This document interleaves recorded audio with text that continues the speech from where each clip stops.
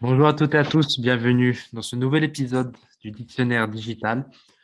Aujourd'hui, nous allons aborder un sujet très important qui va façonner notre façon d'appréhender les données, la big data.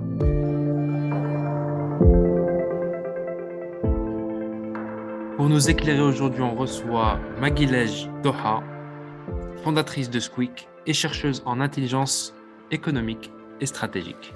Bonjour Doha et merci beaucoup d'avoir accepté notre invitation. Bonjour Malik. Alors, première question, pour rentrer dans le vif du sujet, qu'est-ce que la big data? La big data, c'est une technologie de stockage. Avant, on avait des petits serveurs. On pouvait avoir, par exemple, 1000 données et on peut les traiter facilement. Avec le big data, c'est le traitement des millions de données et facilement. Est-ce que vous pouvez un peu plus développer sur ce traitement des données? Pour le traitement des données, je vais vous donner un petit exemple. Par exemple, j'ai mon nom, mon prénom, ma date de naissance, mes hobbies, euh, peut-être mes couleurs préférées, le style de vêtements que j'aime bien. Mais au sein de ces différents éléments, on a 10 personnes. Je vais venir facilement, je vais voir le nombre de personnes qui aiment le bleu, le nombre de personnes qui aiment le tennis. C'est facile. Mais lorsqu'on a par exemple 1 million d'utilisateurs, comment est-ce qu'on pourra traiter ces données? Avec le big data, on peut facilement traiter ces données, classer ces données et surtout quand on a des données variées, on a un certain volume massif de données, donc le traitement sera fait plus facilement. Et hormis ça, on peut aussi partager ces données de façon sécurisée et facile. Quels sont les enjeux finalement de cette big data et quelle révolution, si c'est une révolution, va-t-elle engendrer dans notre monde? Aujourd'hui, avec le big data, on peut faire de la prédiction. Par exemple, aujourd'hui, en tant qu'entreprise, on a des KPIs, c'est-à-dire des données simples. Mon chiffre d'affaires, le nombre de clients que j'ai, l'activité que j'ai exercée, plusieurs données. Je peux savoir, par exemple, en 2030, quel sera mon chiffre d'affaires, quelles sont mes forces, mes faiblesses, comment améliorer ces différents éléments. Le big data, aujourd'hui, nous permet d'analyser des données de masse et nous donner des résultats qu'on pourra traiter facilement. Au Maroc, on utilise justement cette big data ou est-ce qu'on est encore dans les balbutiements, on va dire, de l'utilisation de cette nouvelle technologie? Au Maroc, je peux vous dire que depuis 2018, ça a commencé à être mis en place. Aujourd'hui, en 2022, on essaie de voir qu'il y a une révolution industrielle. Les grandes entreprises qui sont au niveau industriel, elles utilisent aujourd'hui le big data, que ça soit au sein de leur process de production, que ça soit au niveau de leur performance.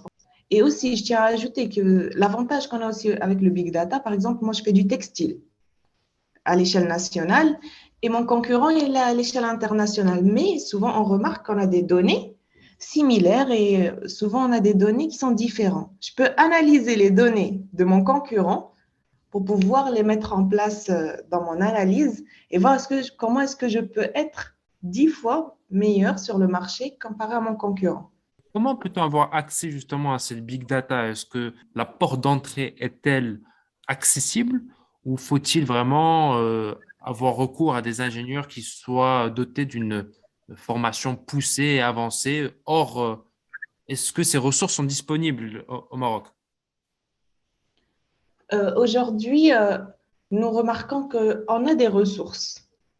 Parce que le big data, certes, au niveau technologique, on remarque qu'il existe, ça fait des années.